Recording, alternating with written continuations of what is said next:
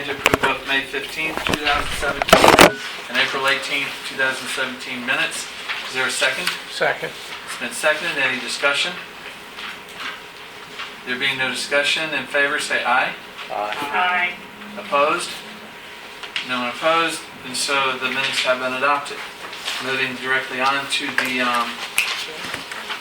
the quarterly expenditures updates. Lance?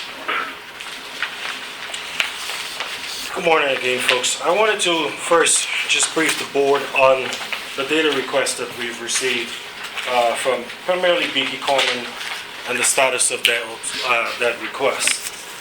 There were a number of things that were highlighted, as you may recall, in the I think the last draft or outline of the board's annual report. A number of acts were listed there for DOE, starting with the FY16 financial audit, which Lenora has sent out to all of the board members. We've also circulated a copy of the draft EM&V report.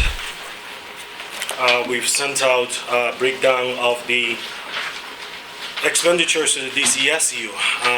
We provided total expenditures for FY16 and even expenditures to date, meaning expenditures for the first 2 quarters in 17 and the month of April.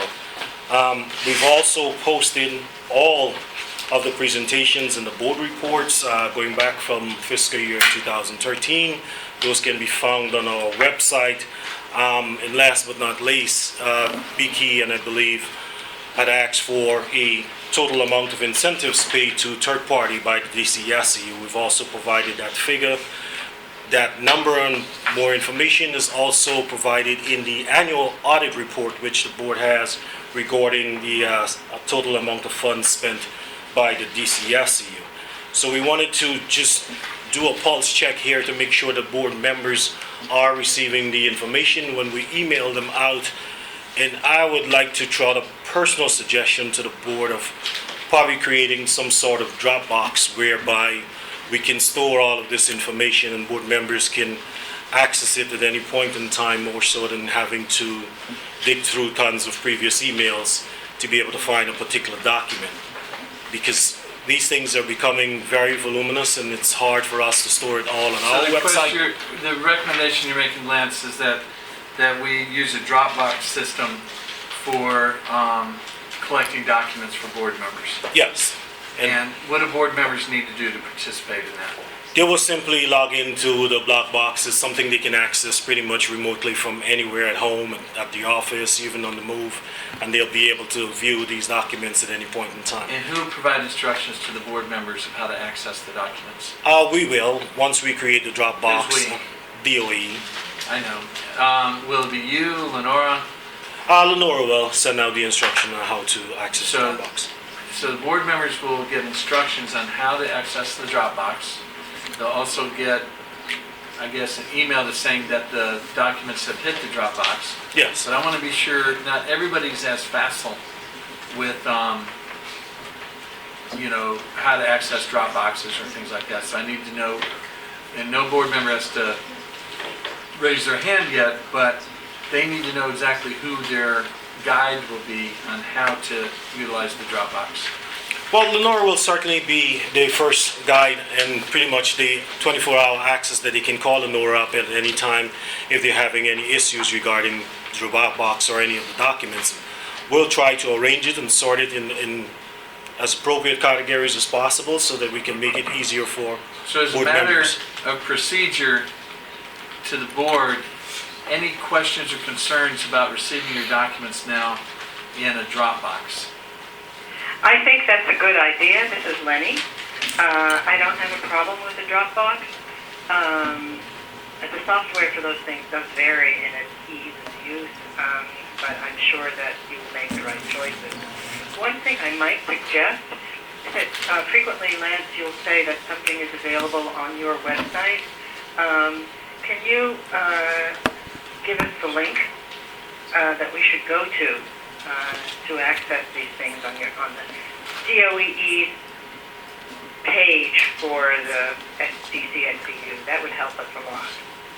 Yeah, and we'll send out a direct link to, for example, all of the board's reports or even the DCSU quarterly reports, making sure that that email link is sent over via Lenore. So when you click on the link, it will take you directly to that page instead of having to navigate your way through the OE page. Okay. Thank you. Yeah, this is Betty Ann. I think that's a great idea.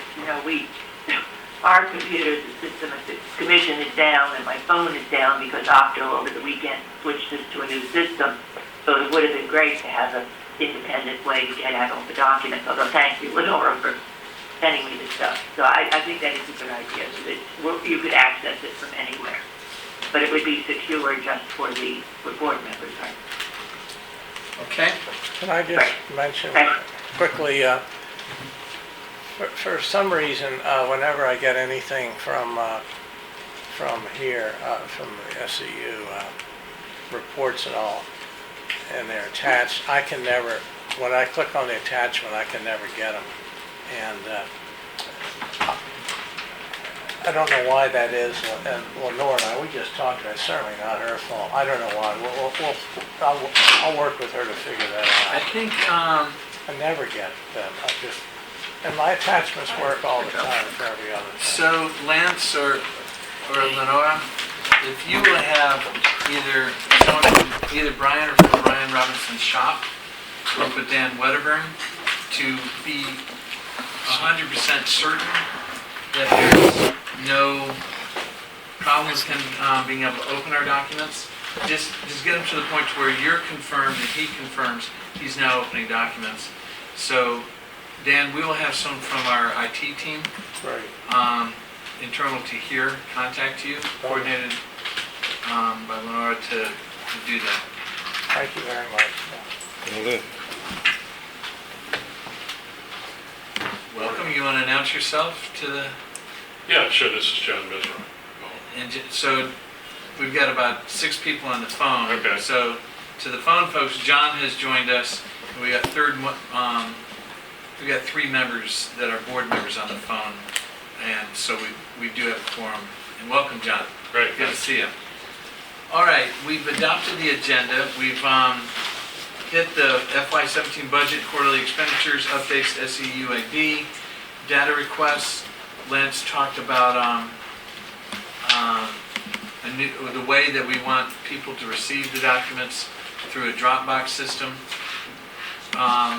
Either Lenora or Lance will be available if there's a problem with receiving documents through the Dropbox. And then if you have a technical problem, we've got IT who will be sure you can open it, who will work through that, as Dan Wedderburn, so we can be sure he's got that. Without any other ado, I suggest we move on to the evaluation, measurement, and verification report with the presentation from Tetra Tech.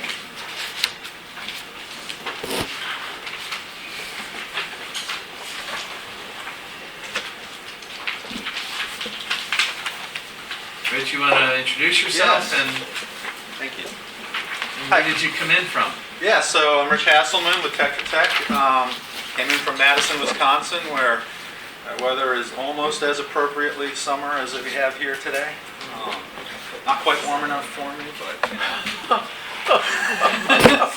good enough. So I'm here today to talk about the evaluation that we conducted on the performance benchmarks for the DCSEU. So let me jump in. Can the people on the phone hear Rich? Yes. Okay. Yes. Okay. All right, Rich, Great. continue. Yeah, so as many of you know, we have been the evaluator for the DCSEU over the last several years. And this year we were looking at the FY16 results. Logistics, should I just... All right, I'll manage it with the mouse. So I heard at the start a request to go through Excuse briefly. me, I'm sorry. Rich is breaking up and somebody is moving paper and we can hear that really loud. Okay, that's Right. good feedback. All right. Hopefully I won't break up again. Let me know if I need to go back and cover something that was missed. And whoever that was moving paper, I'll ask him to stop.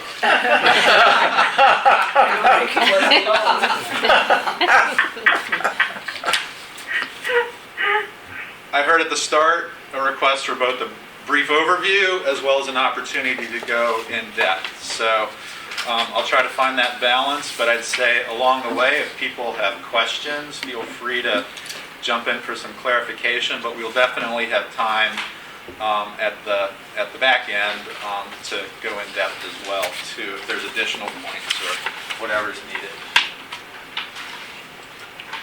So to let you know what we did, we started off at the beginning of April here and got a lot of data, did our analysis, and we submitted a draft report on May 26th.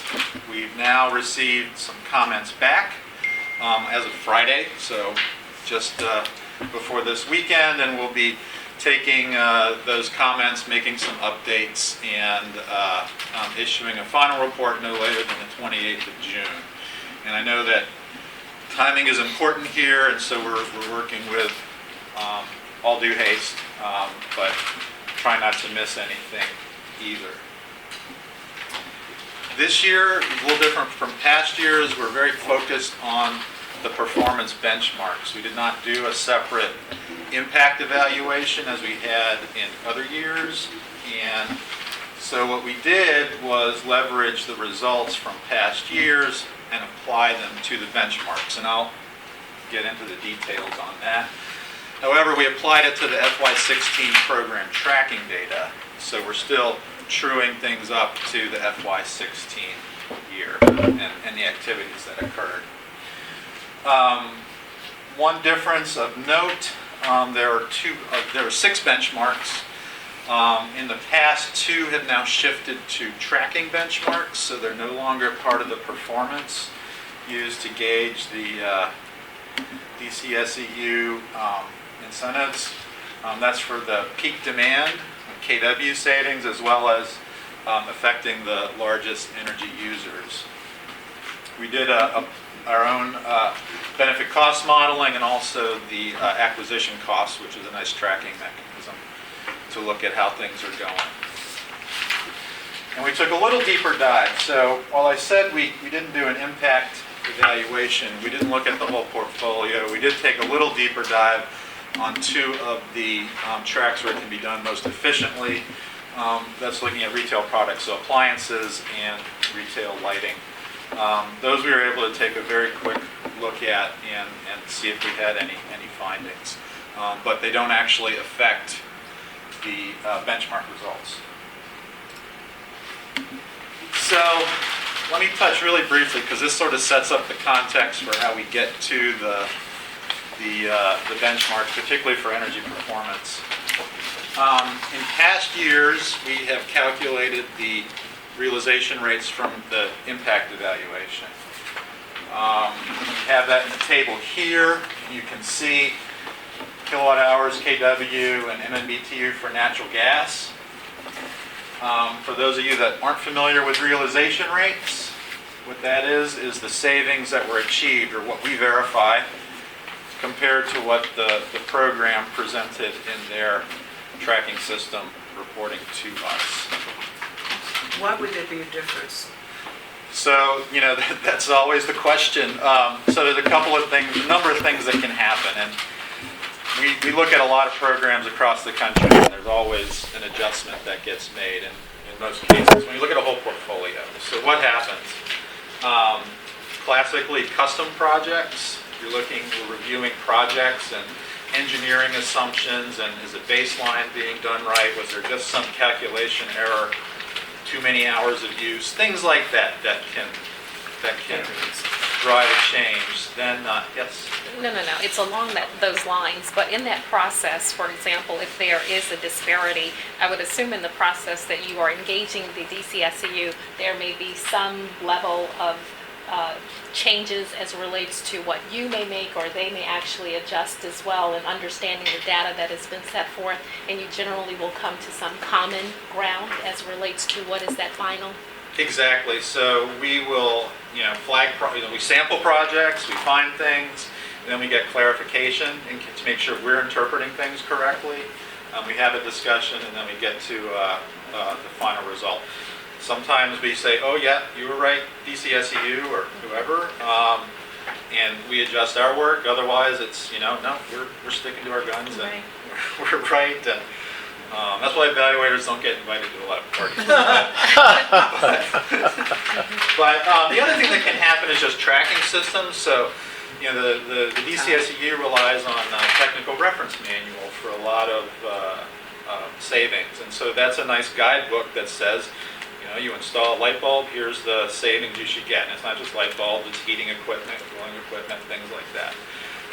Sometimes, so the data entry errors can occur. We found that with the appliance track this case, this time out. You can have, as tight as we try to make the TRM, it's a document, it's a living document, and you can find things that don't quite connect right. Some tables, lookup tables that don't quite match the equations, so things like that can lead to some disparities. So it's not uncommon.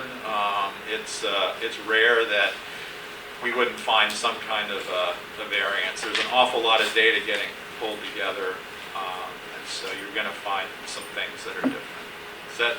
That does. So I assume that there is some realization rate that is standard or within a zone of, for lack of a better term, reasonableness. Yeah. The disparity. Yeah, we haven't seen anything in DCSEU that is wildly unusual.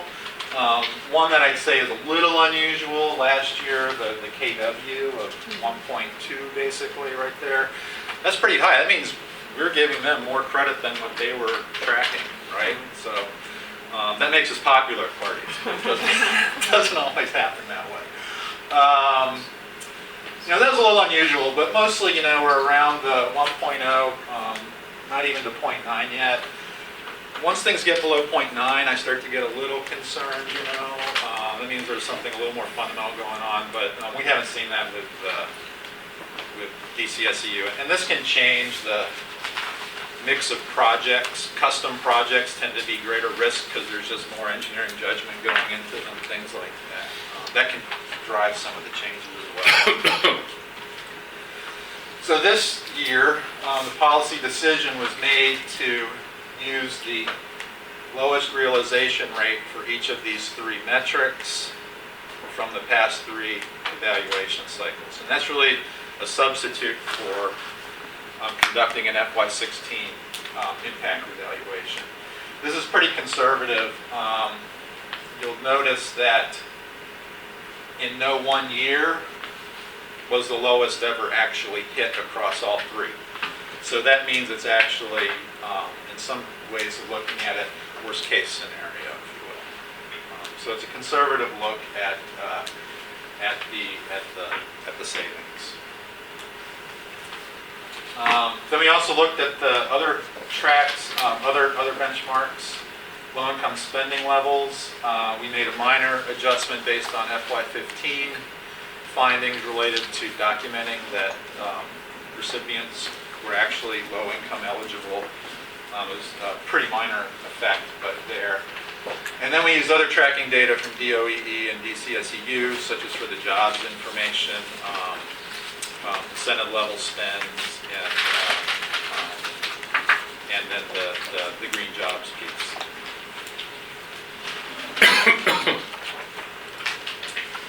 So here's the results. We want to jump right to the meat of it. We break this up into two groups here. There's the compensated performance benchmarks, and then I'd reference the two that have shifted to tracking benchmarks. Let's go through the compensated first. So the first one is reducing electricity consumption. We can see here with my shadow, we're right in the middle of the minimum and maximum targets. And those targets are set as part of the contract, and what we verified was landing right in the middle there, not quite at the top, but well above the minimum. Similar story on natural gas. Exceeded the minimum, did not hit the maximum. I'd say that that maximum target is going to be a pretty big stretch for them to hit. It would take a lot more expenditures on natural gas to hit that target. The district, to some extent, has a more challenging time than other programs getting gas savings. You don't have a large manufacturing base where you can get some really big projects that hit natural gas savings. So, next benchmark, reducing the cost of renewable energy. It's really related to the expenditure of the program on renewable energy. And what we saw was an 18% reduction. So they good projects, but the cost per kilowatt hour in the end was 18% less than the prior year. So it's not just absolute spending reductions, but actually the spending reductions per unit of energy you're getting for renewables. Almost at that maximum. Low income spending, very close to the maximum there, but not quite. So definitely hitting the goals. Green collar jobs, this is about the job counts, how many jobs are being created or retained. We saw they well exceeded their maximum target, which was great. 104 or so jobs. This year, those jobs are based on two components. One is the direct jobs that are tracked based on invoices to DOEE. And then there's a component based on the incentive spending and how those are driving job creation in the district. So for every $200,000 of incentives, one job is created. Is that one job in the district of Columbia versus at DC SEU versus? It's jobs in the district is how that works, my understanding of it. I want that to be really clear, that Yeah. question. Ted, how do you define what that mark is? The green jobs calculation is an accumulation of both jobs that are created within our office and jobs that are created between the contractors who are working to support contracts where installation efficiency measures are installed. Please understand, Madam People's Counsel, we don't have 104 people in the office. We barely have a third of that. That's a very good point. Yeah, so the vast majority of that are jobs outside of the office. They are in support of the installation of efficiency And measures what's the throughout the city. criteria for you to be able to claim credit for the jobs outside of your organization? Well, there are four. First of all, the individual working as a district resident. Second, that they're paid at least a living wage, which is about $13.85 or so an hour now, maybe close to $14. Third, that they're on certified payroll. And fourth, that they're working in support of a DCSEU program. So there are four different criteria that get laid onto the accrual of hours then that are counted in order to come up with this number of 104. Remember, we've also said that a green job is 1,950 hours worth of work for an individual. This is the FTE count, it's not a head count. So it's 104 FTEs, 104.5 FTEs, not a head count. The head count, Madam People's Counsel, over the years has floated at roughly about 400 or so district residents who are actually working on various projects and programs. So let's say John Mizrock is a contractor working with us at John. I just look at you and point at you as an example. And John has 10 people on his staff. And for a quarter of the year, John's team works on DCSEU projects. Let's say they go and install lighting measures in multifamily buildings, or they're installing solar on single-family homes. we would, for John's team members, we would count those who, again, are district residents, we would count their hours. They're district residents paid at least living wage on certified payroll. And again, let's say that the DCSEU was paying all or a portion of the cost of the work that John's team was installing, then we'd start counting their hours. So it is a fairly, I don't want to say a complex formula, but one that we... But that's traditionally used. Yes, traditionally used, right. And then the second aspect of the formula that was described here was when we said for every $200,000 worth of incentives that are paid towards a project, we count that as one green job. So in that instance, you're not actually out counting hours or people on certified payroll. You're doing an estimation for the following reason.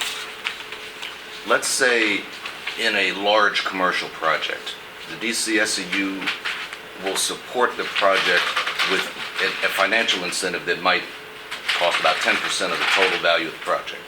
So let's say for $1 million worth of installation, we put $100,000 out towards as an incentive to get that commercial building owner to actually adopt the efficiency measures that we've recommended. Remember, our $100,000 created $1 million in activity here in the District of Columbia. And it was even though we're not we don't know exactly, we're not in privy of contract with the contractor who's called in to actually do the installation of the work. We don't know which contractor made. But a lot of somebodies are coming in and installing $1 million worth of efficiency measures. These measures don't just jump into light sockets, and the boilers don't just install themselves. People have to go in and do the work. So it's an estimation, and the $200,000 figure was derived through economic analyses that were done, quite frankly, by the Obama administration when the stimulus money was being put on the street about 8 years ago. It was determined then that it took about $200,000 to create a green job. And so we have used that benchmark of $200,000 over the years as we've counted the green jobs for the organization. Okay, that's helpful. And Please follow up if there's something that I missed in the explanation. And this may not be required, but are we looking at the retention as well? Just tracking that at all in terms of individuals who do get the green collar jobs within our local economy? Are we tracking those that are being retained over a period of time? The answer to that is mixed. So let me give you the best answer that I can.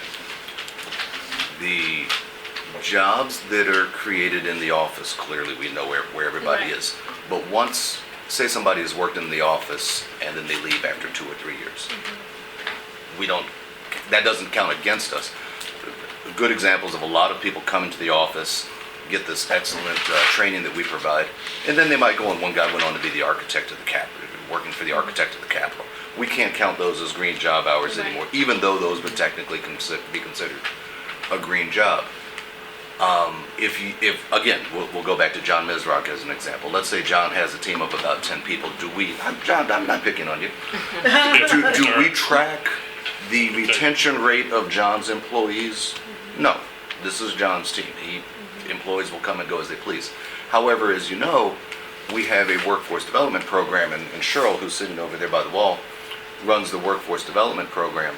So in that instance where we're bringing in individuals and giving them a 6-month training opportunity, right now we're training people in the building operator certification program, we will track the retention because those people will go on from our training program into full-time jobs, and then we will calculate and track the retention of those people in their new jobs. So the short answer is it's mixed, but the long answer is for those people who we are putting into training programs, definitely we will track the progress. Okay, continue. All right. Can let me ask one question. This is just for a quick understanding. On the item, reduce the cost of renewable energy, the verified is 18%. Now, I'm guessing that the two main factors that would result in that would be, one, the reduced cost of say, solar panels, and the increased efficiency by those doing that work. Is that true? Yes, so we don't have the detail on, how Yeah, those that's cost all right. elements break out, but yeah, that's how I've been looking at it is Okay, solar panels, particularly solar electric, have decreased about 10% per year pretty steadily. So almost if nothing happened, you're going to hit the 10% number, which is the minimum. okay. But then there's the delivery of the program itself, and that's an element where the program is becoming more efficient at getting those Okay. that equipment through the system. Good. So I think there's two pieces to that. How that breaks out, we don't know. Yeah, thanks. Are there scale synergies because there are more solar installations, the cost is going down? No? So why is solar getting cheaper? Is that the question? Yeah, so that's a big question actually. But yeah, so the panels themselves have gotten cheaper. Okay, so that's the hard equipment. That's been on a steady trajectory. But the other piece too are the installation costs. So pick on John over there again. If he was out there installing solar, he's getting more efficient at putting it in as a contractor. The soft cost is really what that's Right. treated as, the permitting, the getting the electrical work done. Some of that innovation has been happening because the hardware is easier to put together, but it's also just the overall skill set in the industry and people working efficiently. And I do think a lot of that is because solar electric in particular has been taking off. We're seeing that economy of scale. Crew That's what I was management, the sales process is quicker. It's a whole set of things that are driving that. Yeah, that was my point. But Yeah. since I'm getting picked on, the actual, the cost of the solar panels has dropped so precipitously, in part because the Chinese have over-installed so much manufacturing capacity that the actual cost, has dropped further than anybody could have imagined. And it's actually happened. It's migrating through the industry now, but the drop started occurring, 5 or 6 years ago because they just have so much capacity. John, do you have insurance for yourself in case you were to fall while you're making these installations? I don't, Ted. Are He's concerned about you. you selling that insurance for your benefit? Yeah. Didn't want anything to... Sorry, Dan, I'm sorry. No. Sorry, go ahead. I don't All right. think that we should, go ahead. So those are the compensated performance benchmarks we covered. They're hit, they're exceeded, the minimum has been achieved, and either solidly in the middle or at the top end of the scale there. In the case of jobs, exceeded, well exceeded. Tracking benchmarks, these shifted down. They used to be part of the compensation scheme. But KW is one of those, and so to a degree, these minimum and maximum don't really matter anymore. It's just being tracked. But solidly in the middle range of the historical benchmark. One of the logics, I think, for making this a tracking benchmark is simply that the KW savings really come along through the electricity savings anyway. So you're in some ways not double counting, but you're looking at the same thing. But it is important to be tracked because there's a goal for having that be eligible for being part of the PJM market. And so that tracking is still an important thing to have. Largest energy users, we saw well in excess of the historical minimum and maximum, looking at the tracking data. The target here are buildings, unique buildings, greater than 200,000 square feet in the district. My opinion is these are pretty important to be working on, not just because they're the largest consumers of electricity, but it's also where the program can help get lower cost projects completed as well. So sort of an overall cost management, you get more savings for a single contact with a participant. So what you've shown here is that they've nearly tripled their maximum performance target. Yeah. And Ted, what's to account for that? The largest energy users have always been one of the areas in which we like to focus our efforts because, quite frankly, that's where the majority of the electricity and natural gas is consumed. And so we've had our account management team and our engineers focusing primarily in that sector over the last 5 years. Can you name a couple of the buildings for 2016 that you did? Sure. We've talked about the White House before. Clearly that exceeds 200,000 square feet. The old executive office building. I don't know if we did any of this. Probably did some of the Smithsonian museums. We typically do a few of them. There are large multifamily buildings that would fall into that category as well. So the universities, we probably worked with every university in the city with the exception of Trinity. Did we do Trinity this year? No, yeah, right. Some reason we still can't get into Trinity. Hospitals are you're talking about operations here and facilities that are operating 24/7, 365, so they are energy intense in their usage, and so those are the types of buildings that you would clearly want to approach and help them with their And energy for the board's consumption. purposes, how does that performance target change in the new contract? The target remains a tracking target in the new contract, and the number of buildings, 50 here being the maximum target, I believe remains the same as well. And Lance, correct me if I'm No, wrong. there is no minimum or maximum number in the new contract. It just refers to the SEUs working with the largest energy users and having them voluntarily track the number of large users that they've been working with. There's no minimum or maximum target. Okay? But on these energy savings for largest users, there is a benchmark Yes, at the end, right? Yeah, the first benchmark, the electricity benchmark or the natural gas benchmark, for us is pretty much a necessary factor for them to work with the large energy users to be able to get those savings.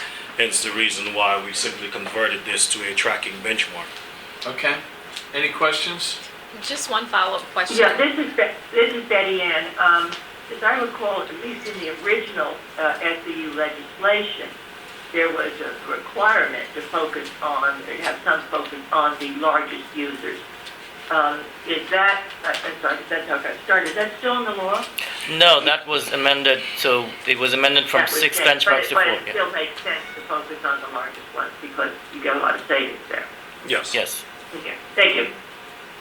No, my follow-up comment was just to get more specificity, like not now, in terms of the categories, like you mentioned the White House and several other entities. Is that within the category of the federal government, GSA? How is it being defined based on the methodology?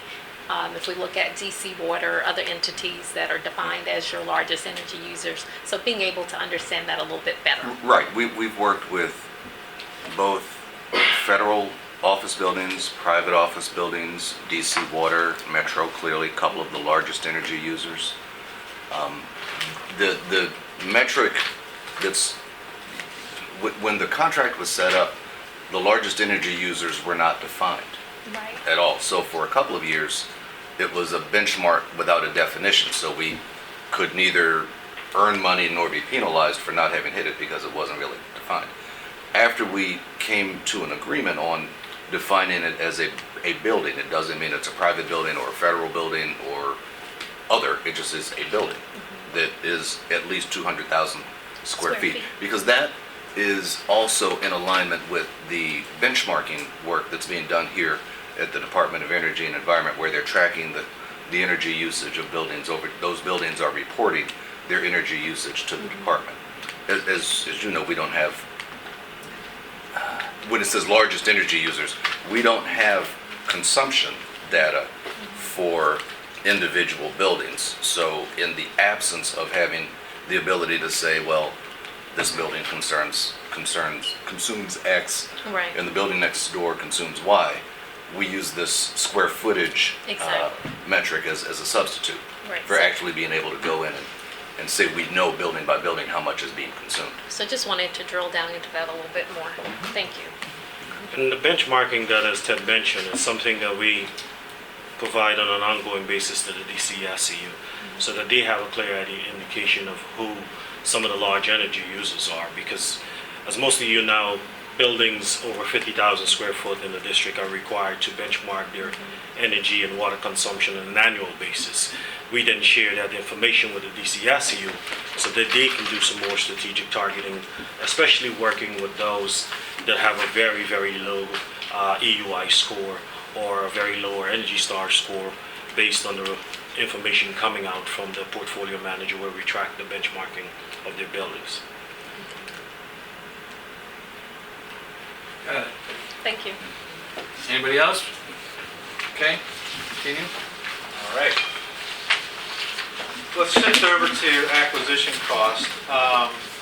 Look at this from the perspective of what does it cost to get the first year energy savings, okay? So DCSCU says we got this much in annual energy savings and we spent this much money.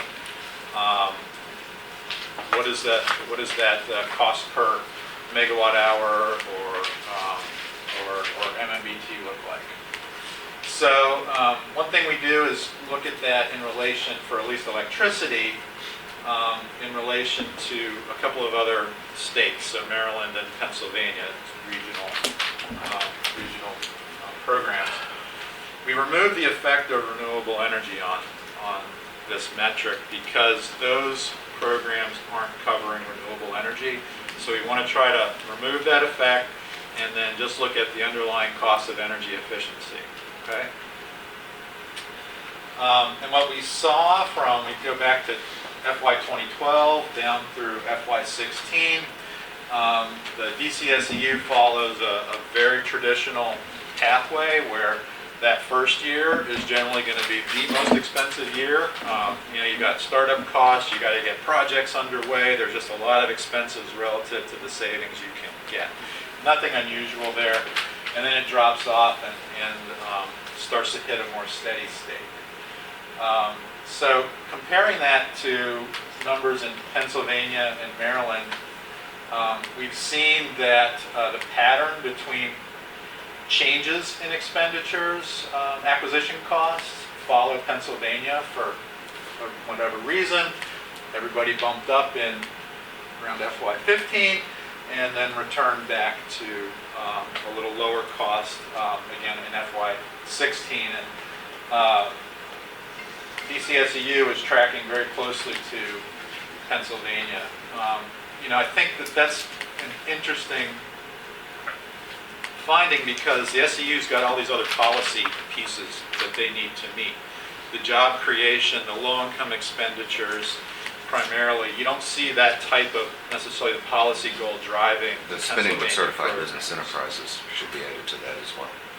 Which one? The spending with certified business enterprises. Yes, stuff like that. So for this program, DCSCU to be tracking pretty close to what I call close to a commodity program in Pennsylvania is pretty impressive given those extra requirements. How does that take into consideration, I'm sorry, No, go ahead. No, no. how does that take into consideration, or does it take into consideration overhead? Overhead meaning, The administrative rate compared to the other organizations, is there a portion of the administrative rate that's included in that? yes, so evaluation costs, for example, yes, they would be a part of that number.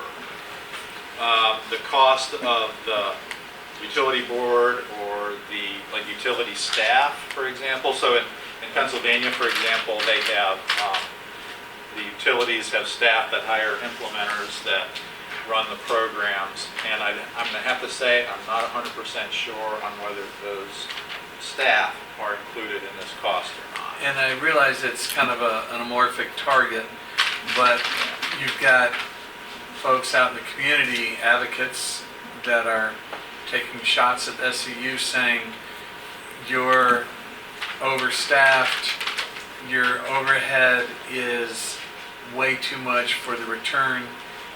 If the board wanted to counter that with this chart, does this chart accurately counter that argument? You're looking for apples to apples I think so. I mean, some of those nuances in there, I'd want to go confirm before I, Yeah, it's pretty you know, amorphic. testify, but I think that this does actually help counter that. And partly that's a go-to-market strategy question, you know, so the DCSEU with their trusted advisor group is a different goal than, it's a different approach than just throwing out a bucket of incentive dollars, which is quite frankly how a lot of other programs operate a bit. So it's a different program strategy. Did you compare other jurisdictions? You just looked at Pennsylvania and Maryland? We've looked at them just because they're regional, and so they're going to have some similar climate, demographic profiles. I mean, there's obviously big differences with the district being a much more constrained area and smaller market. If you look at it on a more national basis, how do the numbers compare? I would want to go check. I'm going to say I don't know, but I don't think there's any reason to think they're wildly out of, they're within a reasonable bound. And Ted, do you know why Maryland's costs are so much higher? As I'm looking at this, well, Maryland has been just traditionally higher, and That's why I was asking Ted, because I don't work with the Maryland program, so Madam People's Counsel, I wouldn't want to hazard a guess there as to how they operate the program, nor how this team has done its evaluation of that cost structure. Is Maryland's program primarily operated by the utility? this is the Empower program, which And is who operates operated Empower? by the utilities. So we're not looking at the MEA, Maryland Energy Administration programs. So it's, this is operated primarily by the utility. And the utility in Maryland, are they more focused on rebates rather than some of the, other kinds of investments? I would want to take a deeper dive on that if anybody else has some knowledge on that. We rely on the annual reports that they publish to look at that, and we try to work through the numbers to get the apples to apples look. But looking at that program strategy, I don't know. Donna, not meaning to weigh in, but how familiar are you with the program in Maryland that the utilities operate for the same kind of stuff as SEO? Empower Maryland, I have knowledge of it, but going down, what I wanted to find out was specificity when I began looking at the numbers in terms of Maryland versus DC as well as Pennsylvania. You heard that question. So I'm going to get some more details around that. So- And I noticed that you removed the effects of renewable energy spending as well as savings from the calculations, I'm assuming, as well. So trying to understand as well how that impacts the numbers also. So do you know if the Maryland program is primarily a rebate program? It's rebates and incentives. It has the commercial, it has residential. We do the energy audits as well. So there are rebates that are involved with those programs, definitely. Some of your larger commercial customers have realized some significant rebates through that program. I guess the reason I ask is that at least one substantial contractor has come to me and said, we wish this worked more like the Maryland program. And it sounded like the Maryland program was more focused on rebates, but I couldn't tell, and that contractor is more focused themselves on rebates. And I was just wondering how much the business model is different. And Donna, you probably have more access to that information than us, but not necessarily at the top of your head.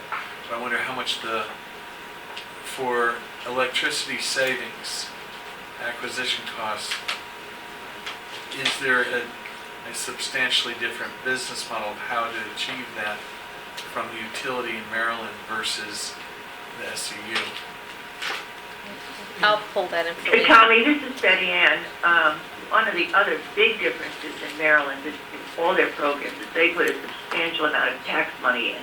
It is not just ratepayer money and not just utility, but they say the Empower Maryland, they have a lot of stuff that comes out of the tax revenue that goes into it. So the funding of it is structured quite differently also. But I'll get the additional details that you requested as well. Okay, anybody else? All right, continue. Natural gas, we don't have comparison states, Maryland and Pennsylvania certainly doesn't, their programs are structured around electric utilities. So we don't have that comparison. We just have as a reference a range that ACEEE published all the way back in 2012 now of where natural gas costs, acquisition costs are landing in the industry. Yeah, I'm just trying to understand what the number, what is the 19 to 59? Right, so It's an this is MMBT. the, ACEEE looked across the programs in the US and said, okay, what are natural gas savings costing to acquire? And they found a range of $19 per million BTU up to 59, with the average being 37. I'm sorry, but National but the number is to acquire savings, not the cost of the gas. Correct. Exactly. So it's essentially just taking all of the spending by the program or the utility versus the total amount of natural gas savings they're reporting. Right. So it's the cost of efficiency. Okay. And, you know, we saw this, a similar pattern, steep decrease from the first year, a little bit of an increase here in FY16. I just note, none of these are adjusted for inflation or anything like that, so we're looking at nominal dollars. So one of the challenges that programs around the country are having that I don't think DCSEU is immune to is lower costs of natural gas in the market are simply creating less of a economic motivation for people to go out and save gas. So you have to work harder to get those savings to happen. Would you also, would it be correct to say that there are fewer means of making natural gas operations more efficient than is the case with electricity? I would say that you tend to hit higher capital cost equipment if you're going to try to upgrade, say if you're trying to get natural gas savings. So whether it's replacing furnaces and boilers or doing insulation, those are expensive projects. So there's a little bit more of a hurdle there to acquire them. I think for the district too, the lack of the manufacturing base, where you've got a high level of commercial buildings here, large commercial buildings, means you can't tap into like a John Deere or a GM where a single project can be just a massive amount of savings. My suspicion is down there at the $19 is you're dealing with programs that have really hit some large manufacturers and gotten massive savings for a relatively low level of effort.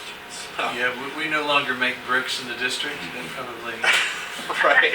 makes a difference. So I just In the have some future, caution about because over-interpreting. in the Clean Energy Plan, as I understand it, there will be opportunity to expand the offering of compressed natural gas for transportation. And, so our ability, DCSEU's ability to, encourage the installation of the most efficient CNG operations would be useful, I think, to be able to reference. Am I wrong? I don't know. You know, we certainly are making a hard push towards electrifying our transit, Yeah. I don't know. I think a little bit of the wild card is the degree to which the city creates microgrids based upon Right. trigen or cogen plants and the efficiency of the new plants. For example, I don't know how to put this into our energy use, but Capitol Crossing across 395, which is one of the largest developments we've had for a while, will be generating power within their building. Okay. So, From waste, combined heat and power, CHP? Yes, Okay. yes, it'll be CHP. Yeah. So the other thing, not to get too esoteric, but this is actually something I'm immersed in, is hydrogen for both stationary use fuel cells, because they fit in a really small footprint, and they could be run off of natural gas lines, and hydrogen for a fuel cell vehicle, of which they're starting to be installed in California. So that's typically at this point, it's the fueling stations are formulated off of natural gas. So California's, particularly in the LA area, is building, there are 3 production cars, and they're putting in 30 to 50 fueling stations. But that hydrogen fuel comes off of natural gas. Yeah, but for clarification, there's nothing does the SEU do anything in relationship to transit? We work with Metro, and we work extensively with Metro. Probably But if not you with would the fleet. ask me if we do anything related to the vehicles, like the subway cars or the buses that run, You the don't answer have to a that would performance be no. measure that would be impacted by fuel choices for transit. I mean, unless we try to solarize the subway system or something like that. But the Lance, you're right, short answer. Yeah, short answer is no, not right now. So if we were measuring use of like gas or something, it'd be more around a cogen plant. Something like, would you measure, like we probably have at least 1 or 2 universities that generate their own power still, do we? Yeah, Howard produces an enormous amount of steam, and at one point, years ago, I know they were looking at cogen, combined heat and power, but I don't know if they... Georgetown, they still have their I cogen. think Georgetown does. Yeah, Georgetown's ready, and Georgetown's got a very extensive system and a very extensive program. We took commission staff up there, I guess it was back in April, and it was fascinating and eye-opening what they're doing, what they have done and what their future plans are. I don't know how much of that has come from any interaction with the SEU, but they have very extensive on-campus microgrid, solar, some CHP. They've got a whole bunch of stuff there that would be very interesting to see. But didn't pick up that any of it much had come from the SEU. I mean, before they were doing it on their own. Chairman Kane. Yes, I know. Right, Do you right. have any projects with Georgetown University? Chairman Kane, we do. We have several, in fact, and I know Okay. both at Georgetown and at Howard University, we've clearly worked with their STEAM facilities to help them in a number of ways there. And as at most of the universities, we've helped them in a lot of their larger buildings with their electric consumption as well. So yes, we've had Yeah. extensive engagement with Georgetown. And that's the Georgetown plant that was installed 2 decades ago, and it expanded and enhanced. Okay? And they have a whole science building there, one of their science building labs that's almost, we got a term, but I think it's almost like net zero. I mean, they're really innovating quite a lot. They were ahead of the game in many respects, Georgetown. That was almost the beginning of my career, one of the Beck Cogen case, I forget what the formal case number was. So that's very interesting to see that they're still making gains. Okay, So looking at the cost effectiveness, we're shifting from acquisition cost to cost effectiveness. Cost effectiveness is looking at the dollar gained divided by the dollar spent. The dollar gained is a reflection of the lifetime of benefits going out multiple years, however long those energy savings are going to last, for each measure, brought down to the present time, okay? Divided by the cost of the program. Most of the costs are happen in that first year. The DCSEU is their cost, the benefit cost test is done by the societal test. My opinion is that the district's approach to the societal test is one of the more comprehensive ones in the country, and it's just been exciting to see a jurisdiction really try to grapple with it and specify those benefits. But net outcome, looking at the gross portfolio, that's just taking all the savings that came in, no adjustments, things like that, right about 3.5. Then we bring in the full costs, which include the evaluation costs. This year it didn't really move the needle very much. But also those realization rates. So you remember at the beginning I was talking about the lowest historical realization rates, or what we use. That's what we use. So that dropped it down to 3.3 benefit cost. Then program free ridership is the next metric. So free ridership looks at how much did the programs actually influence someone to do something. They weren't just going to do it anyway. And back for FY14, we had done some what we call net to gross research, which is really looking at that program attribution. We applied the findings from that to arrive then at the 2.7. So any way you slice it, as we peel away all the benefits that are there, you're still remaining pretty cost effective. So that's the conclusion there. Any questions? No? Okay. So getting to recommendations, we didn't do the full-blown impact or process evaluation this year, so it's a little bit less than we've had in the past.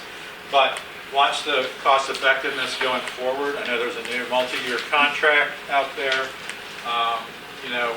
A lot of programs that have been operating for a number of years start to experience the easy stuff gets done early, and then the next wave of savings get harder and harder to get. And I don't think there's any reason to assume DCSEU would be any different.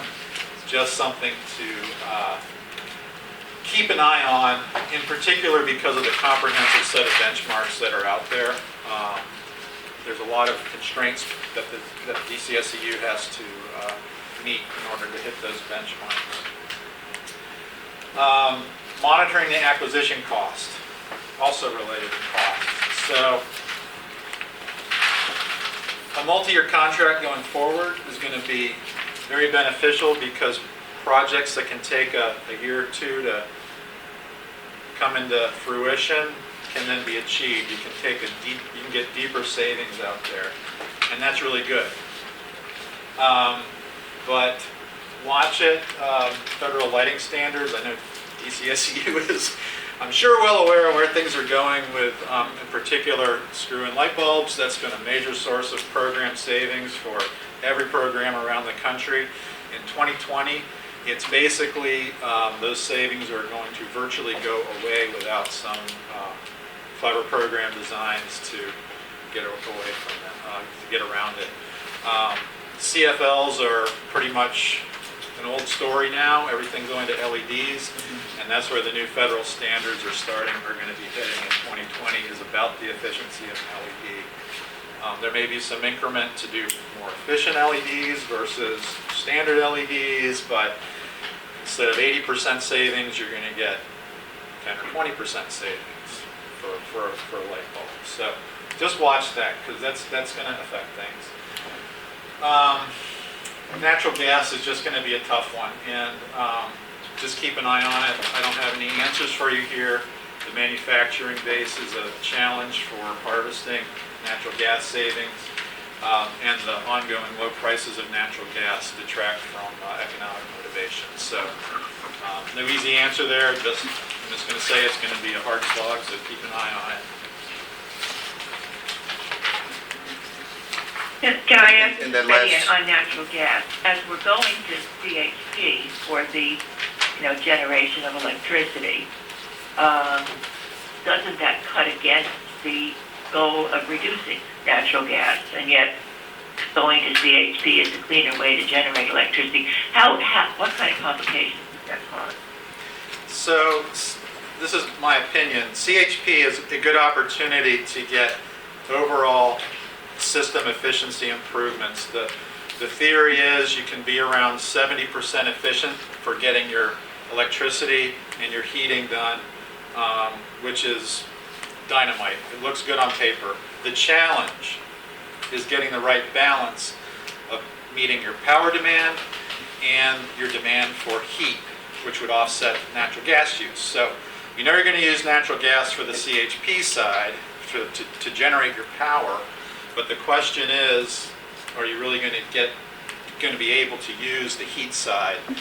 What they found in California had a program where they put a lot of incentives towards CHP. What they didn't realize was that the way those incentives were structured is it really biased the market to, I'm going to make electricity. And people install a lot of equipment, and the use of offsetting the use of natural gas for heating needs was really diminished. So they ended up with systems that were not optimally running. They were running just to create electricity. Well, that's not going to be any better than the power plant doing it, and it may actually be worse.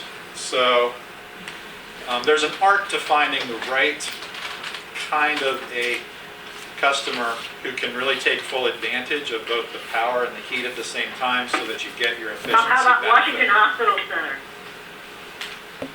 Excuse me? But I guess my question is, we know there are people doing CHP. Tommy just mentioned Capitol Crossing. We know Georgetown's doing more of it. Is the SCU, is there going to be any role there as people go forward with these projects? It's an interesting question, Betty Ann, in that, Yeah. On the one hand, energy use is energy use. So that wherever the source comes from, there's always going to be a role for energy efficiency to reduce energy consumption. But on the other hand, one of the reasons we want to reduce energy consumption is to reduce the greenhouse gases that are in the district. And we currently, we pretty much don't produce power in the district anymore except for whatever the growth market is for, putting renewables aside for a moment, for natural the gas. solar, yeah. And so, to what degree are we increasing greenhouse gas load by generating power in the district through power plants versus that same happening just outside of the district, or how far away? Pennsylvania, in terms of the grid. Right. It's West Virginia. yes, it's a very interesting, complex question. It is, and it's an interesting one for the DC government, board of the SCU, because you've got negotiations going on right now for CHP at Walter Reed, which is a DC government project to generate the electricity there. And then the other is electrification, electric vehicles. People who switch, if you switch from a gasoline-fired powered personal vehicle to an electric vehicle, and have two of them, say in a household, you double the electricity use of the household. And yet the goal is to electrify transportation because it is cleaner than burning gasoline to run the cars and the buses and the fleets. But you're not going to reduce electricity use. So the answer, it's a little challenging. but the answer answer to It this, can't be just. Not to get using into the energy, technical it's gotta be aspect. clean, It's got to be efficiency, yeah. but I the, think that this brings up the need, I think, as the clean energy plan unfolds, to take a second look at what constitutes performance for the DCSCU and redefine it as we go along. There are, for example, the question of CHP. You're all talking as though the only fuel for CHP is natural gas. And that But is that's what the projects in the district all are. let me finish, Betty Ann. I'm sorry. Other jurisdictions, and Vermont is familiar with these, that have what's called a renewable heat standard. And it would be very interesting to hear from Vermont what the impact of a renewable heat standard in New Hampshire and Vermont and Maine has been on installations. They usually, the first people to pick them up are the resorts and the schools. That is CHP using various forms of renewable fuels, anything from wood chip to paper waste. So there is a range of fuel efficiency that is lower, not perfect, but lower in greenhouse gas emissions than natural gas. So let's not forget the technology, but also I think this discussion has made it very clear that during this 10-year contract, there is going to have to be review and revision of what constitutes performance standards, because, otherwise it's just not there. so And Lenny, it doesn't help achieve, what we really overall want to achieve with the DCSCU. so Lenny, where you started is absolutely where the agency is. You're right, that all of our initiatives are guided by the Clean Energy Plan DC. And the SEU in relationship to the REDF investments for solar, in relationship to all the different things that we're doing, the overarching policy set comes from the clean, at least the intention has come from the Clean Energy Plan. And we view the Clean Energy Plan as something that is an organic document that provides guidance to this board, to the SEU and others, but it's also a document that adjusts, hopefully, for technology and investments. But that's a very good point, that the Clean Energy Plan is the overall controlling policy for the agency. I think when you finalize, maybe, I don't know, Richard, if this would be in your purview, but as you prepare your final draft, if you have access to all of the trends, if you can see areas where redefinitions may become necessary, if not in 2018, in 2019, somewhere along there, so that it can, that the DCSCU can better support the Clean Energy Plan. Would you be able to come up with anything like that? We can take a look at it. We haven't taken a dive into the forward-looking plan. So for the 2017 plan and the benchmarks, this has mostly been a look backward to FY16. So let me put some thought to that, and I can have some discussions here with DOEE and the DCSEU to see where we might head with that. I think it makes sense to take a look at some, and we make mention of some forward-looking issues, like some of the basic stuff like light bulb efficiency changes, but if there's some other things, we can certainly take a look. I think, for one, I think it would be very helpful to the board to have a forward-looking view, because, it's incumbent on us to look at this bigger than everyday picture. I would not expect, Ted to be doing it, but we should, and we have access, we support DOEE, and anything that will help us, pull apart all these little conflicting strands, to making this cleaner energy over time, I think would be really helpful to have a forward-looking chapter. Connor, can I just Yes. jump in for a second? In elaborating from my perspective on what you just said and Lenny's discussing, this overview, so to speak, of DC's progress, because if you sort of map this out, it's the clean energy plan. It's what our goals are to, 2030 and 2050. It's the toolkit you have now, which you didn't, in the time that I've been involved, and I think many of us since 2009, so much has dramatically changed in the energy footprint. We've gone, from 50% coal generation of electricity down to about 30% now. And DDOE has become DOEE, and the demographics in DC have changed pretty for the better, in a sense, because influx of population, construction, everything. So an extraordinary amount is, energy prices have gone from 2005, the spot market for gas was $15 an MCF to, now it's 3 or whatever. So the thing is that what I see as, I think, perhaps what Lenny is alluding to, but certainly from my perspective, you got the clean energy plan.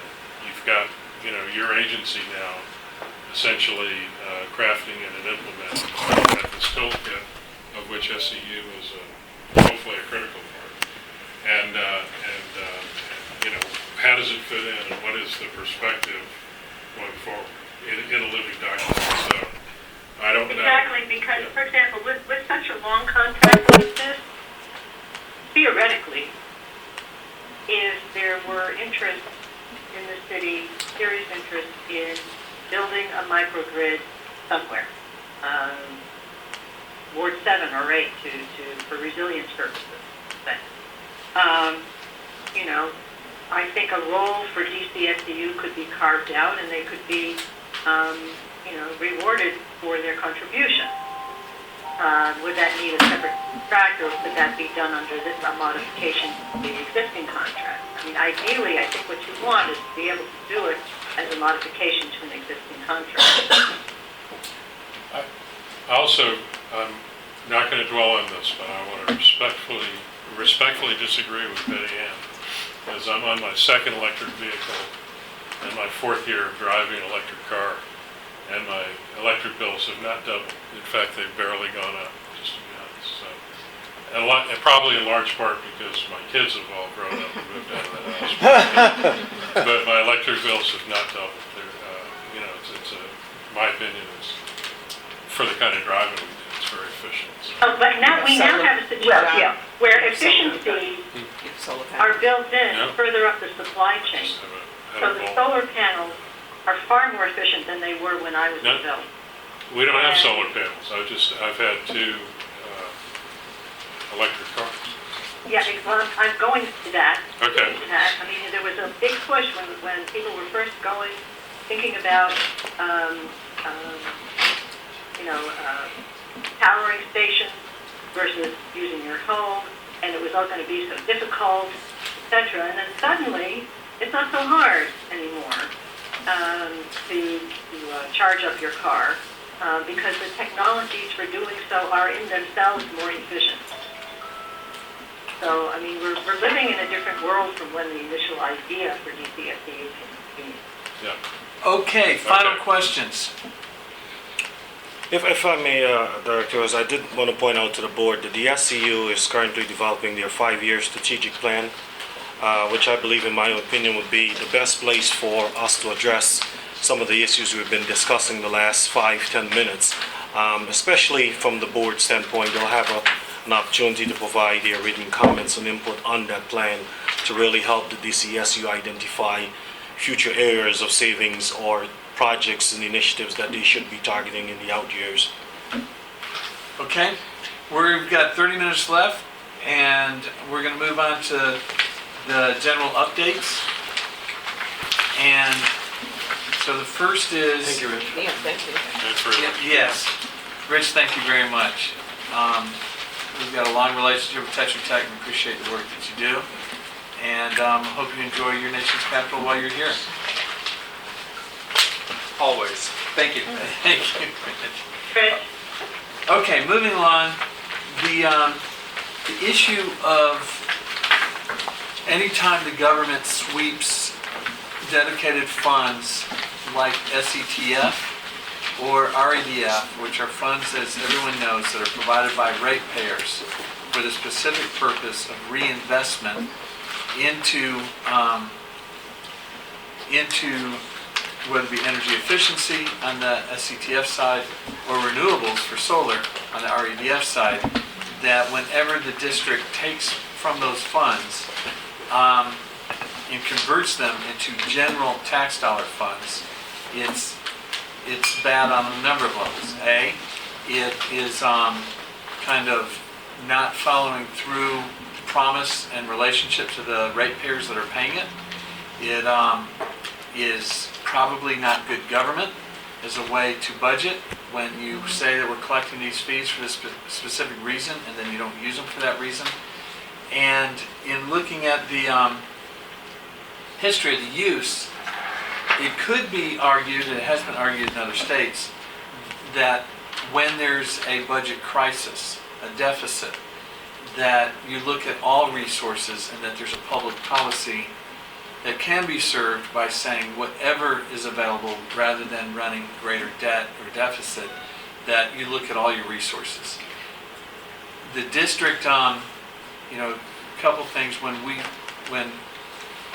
the new administration came in 2.5 years ago, we did run a deficit. We used some of the SCTF money for the LIHEAP program, and we used, I think, gosh, I don't know if my budget folks are here. I think we used either 1.5 or 2.5 million. And after doing that, we heard from the board.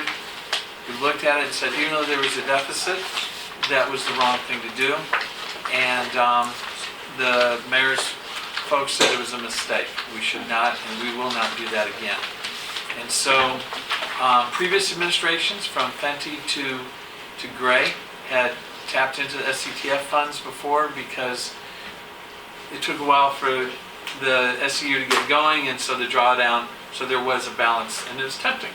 But so there's a history of this that is that the district has not always been the best on, and it triggered an audit of the DC auditor to look at this, and they clearly have said, even though you have to change the law to do it, it's a bad idea.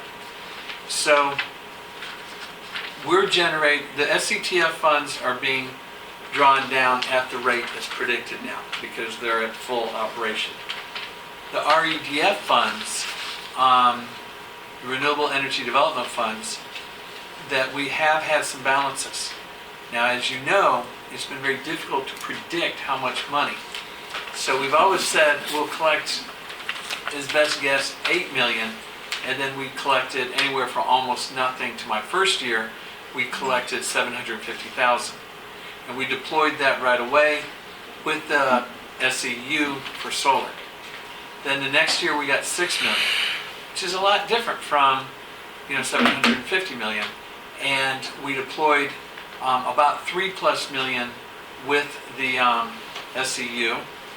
And then we also cut a deal or worked with Department of Government Services to take a brownfield that can't be developed and to put ground mount solar on it. Now, because this is complicated for the government to do this, we're 2 or 3 years down the road on getting it done, but it's going to happen. It's pretty exciting. It'll be ground mount solar, and the energy that's generated will be provided for low-income residents, and that is exciting. But it's such a novel thing to do that it's taken a while. So each time, the way our budget works, each time the end of the year comes, the Department of Government Services gives us the money back, and then on October 1, we give them the money back, and they keep working on the project. So when there is an audit of DC, our annual audit, it's called the CAFR, it happens on September 30th.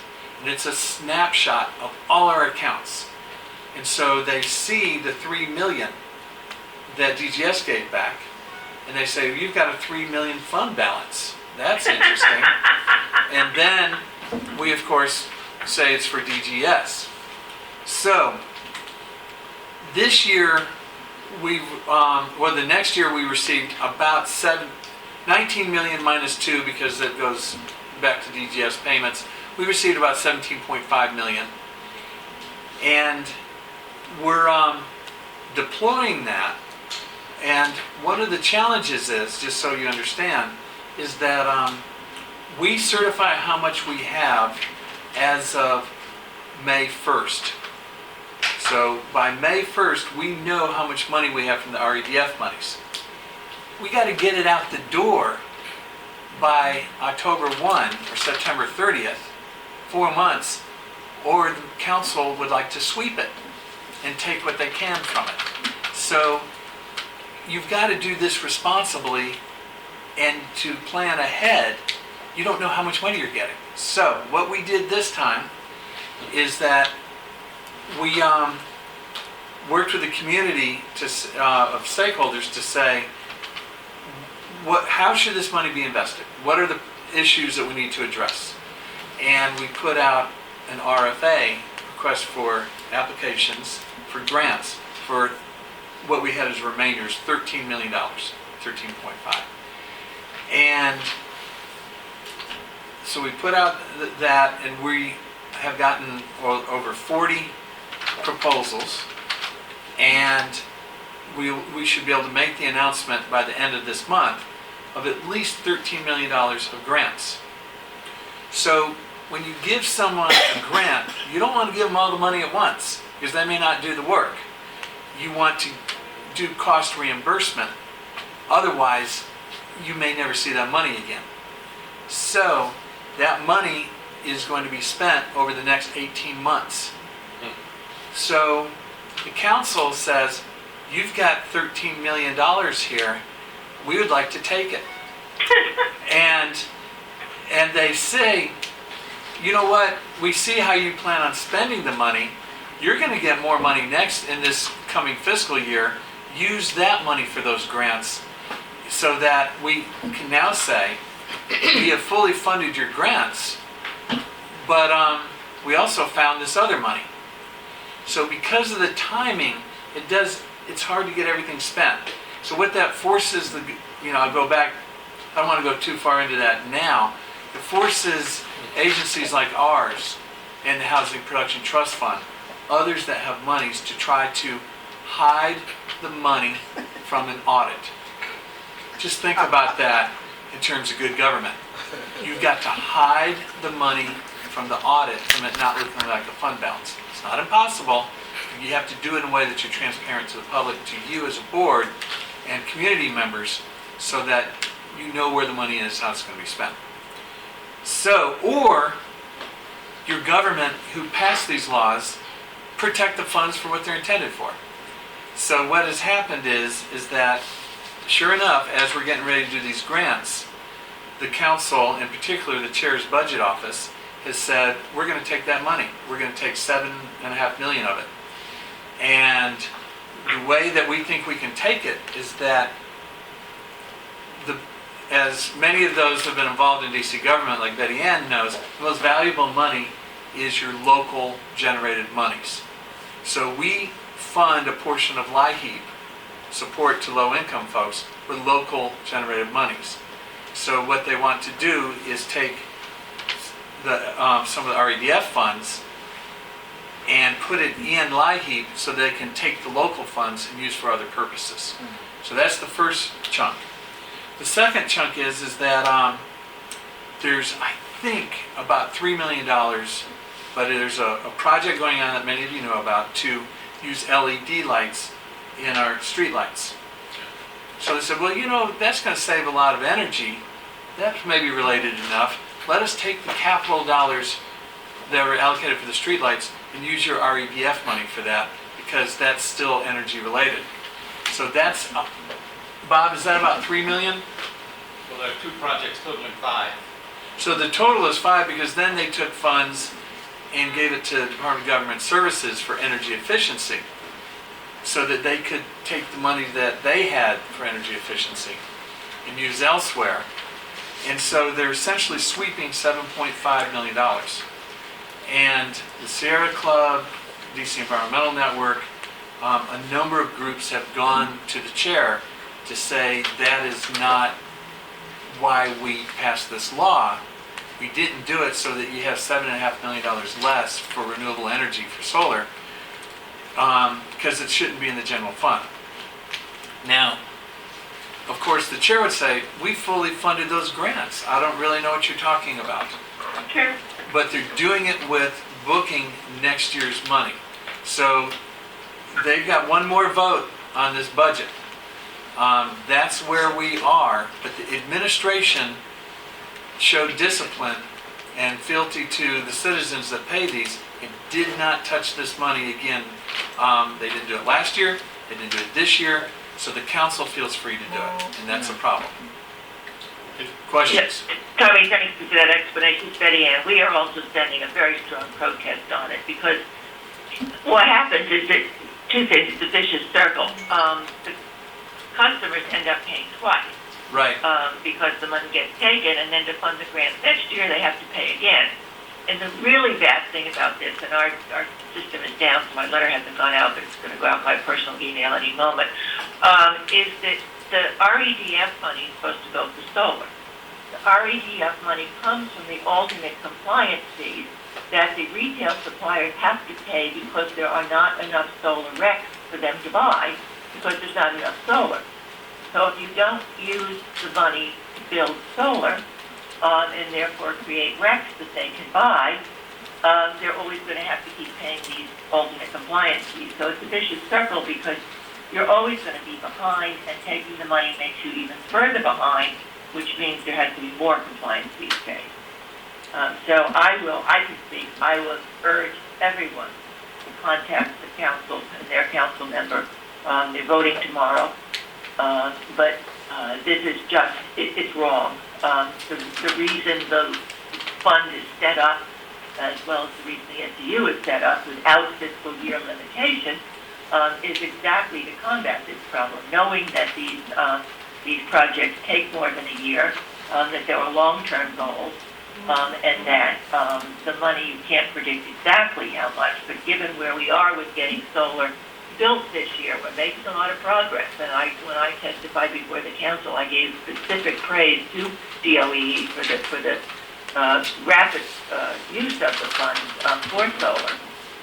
But we're just going to get further and further behind. And customers are paying 10% more for electricity in the district because of the RPS law, including the $19 million that was collected from the alternate compliance fee last year. So that's my piece, and I would urge everybody, I know Tommy said we've praised the administration for resisting this, but they need to hear from us. One And clarification. This is OPC. OPC, we also had funds that were swept. It was $200,000. And that was based upon one, as Tommy talked about, looking at it at the September 30th time frame. Excuse me. And it reflected that we had $1 million, $1.2 million, and we did not by October 1st. So we have filed a complaint in opposition, and we also will be addressing the sweep of the DOE RDF funds as well. Tommy, just one clarification. Going back to the dollars that are specific for the solar projects, there is a plan that is in place for use of those dollars that can go for the intended purpose. But as a direct result of the action that's being taken by the council, those dollars will be utilized for, energy efficiency related type measures, but not specifically for solar projects. Yep. Okay. And what Betty Ann notes, these funds, as you know, come from, they're called alternative compliance fees. Yes. Because they can't buy enough solar, so they have to pay us essentially a fee or fine. Correct. Because they can't do it.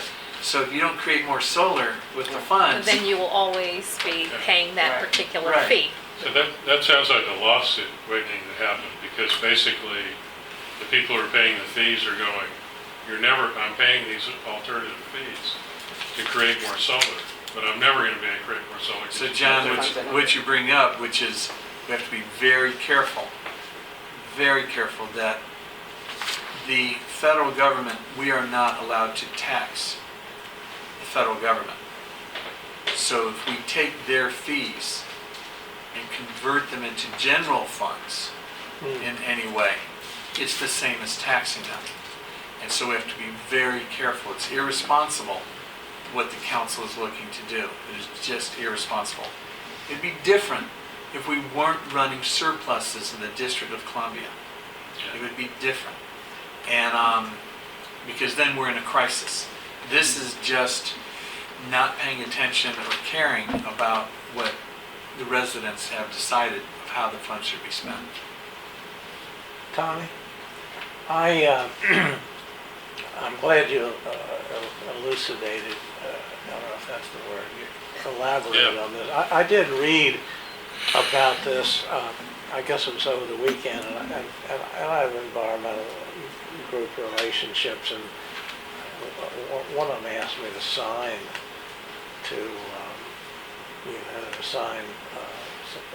disapproval. And I was in a little awkward situation because, I do represent a council member. But what really concerned me was, it just said it was going into the general fund and didn't say for what. So that's why I hesitated and didn't do anything. But you have, I'll reconsider that based on what you said. Do you have an idea of where the council members are, what individual council members are? I know that Mary did not want to do it. Mary Che had said in my oversight hearing, when asked by, I think, Chris Weiss of DC Environmental Network, or somebody, that they asked about sweeping those fees, and she said, I'm opposed to it, and won't let it happen. And but I also know that when she has oversight of DDOT, moving these monies around that impacts your other children, and then if you say, look, I found money that the mayor couldn't find for renovating a school in your district, how do you tell the parents, you don't understand, we can't take that money? It's a very mean spot to put the council members in when they're trying to get their schools renovated, when the chair comes up with found money to say, we don't want it. It's very hard to do. But but it's not found money. In other words, No, it's not. if you're collecting fees for health or something like that, just because it's sitting there doesn't mean that you can take that money for health and use it for, buying meat. So it's not, I very much like the way you explained it. I think that it sounds to me like the case needs to be made to the council. This is not Well, just what's frustrating money. that Betty Ann put it very well of how and I don't think, I know Betty Ann was not on the council when they did this, but think about this. There was a time when the city was running major deficits, and in order to make up the deficit, they booked a fifth quarter for their annual budget. So, you see the illogic of calling it a quarter. And so they essentially bankrupted the city, and we had a control board. By booking future revenues against current obligations, or pledges, whatever you want to call the grants, is the same thing. It's bad budgeting for government. And you put the residents in an awkward spot because they're getting a new school.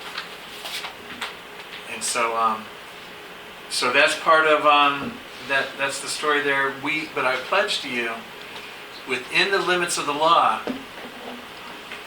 I even hate to use these words, we are looking for good government creative financing so that the money is not readily available next year for the council. Now, what we're looking at are things like Oh, and let me assure you, we asked the other government agencies what solar projects they would like to do. Lance, I don't know what that totaled out at.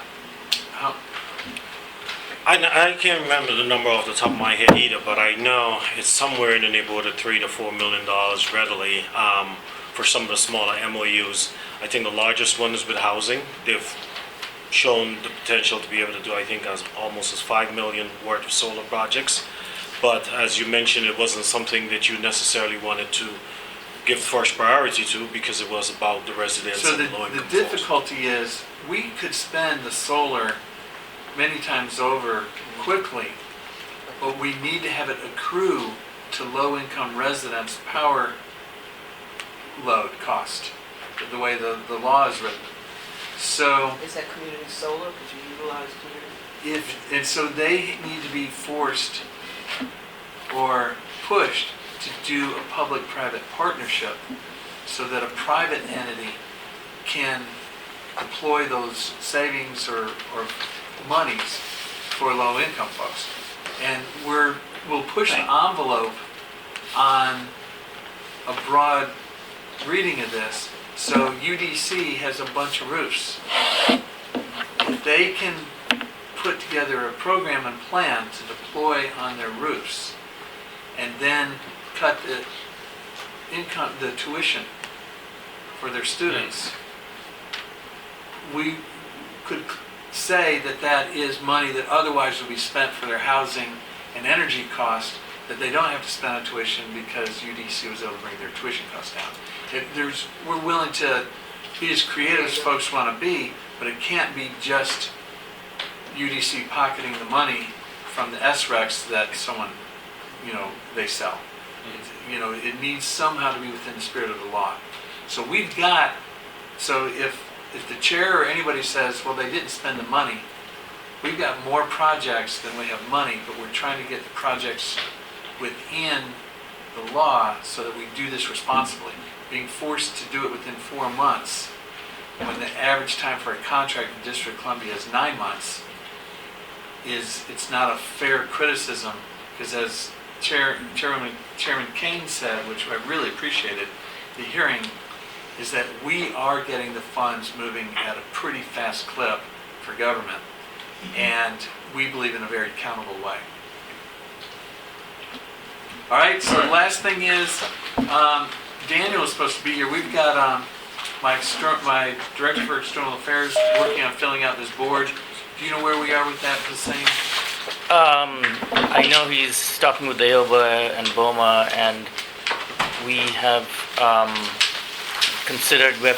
reviewed Vicky's candidate, the candidate that Vicky proposed, and we're gonna move forward with that. I'm not sure what Dan is with the other. So names are moving forward. And we are asking the mayor's office for talent acquisition to get this done quickly. They have names from us now. Do you know the status of Jared? Is Jared? I don't know. He's been absent for a few meetings now. I'll call Jared. The other thing is, I believe Washington Gas is working on their representative. Right. Okay. Thank you. Thank you, everybody. Thank you.